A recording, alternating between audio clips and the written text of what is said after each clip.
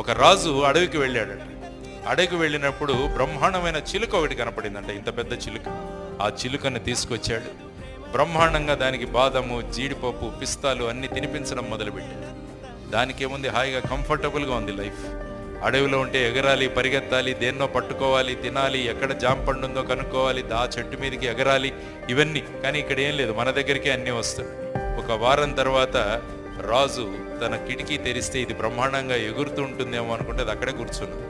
అడవిలో బ్రహ్మాండంగా ఎగిరింది, ఇక్కడేంటి ఇలా కూర్చుందని చెప్పేసి చాలా బాధపడి ఒక ప్రకటన వేయిస్తాడు.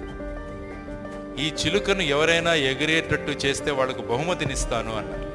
చాలా మంది వచ్చి ప్రయత్నించారు, కానీ అది ఎగరట్లా. ఫైనల్గా ఒక రైతు వస్తాడు. రైతు ఒక గొడ్డలి తీసుకొని వచ్చి అది ఏ కొమ్మ మీద కూర్చుందో ఆ కొమ్మను కట్ చేసేస్తాడు. అది వెంటనే ఎగురుతుంది అనమాట. కాబట్టి మనం కూడా లక్ష్య సాధనలో ముందుకు వెళ్ళాలంటే కంఫర్ట్ జోన్ నుంచి బయటపడాలి.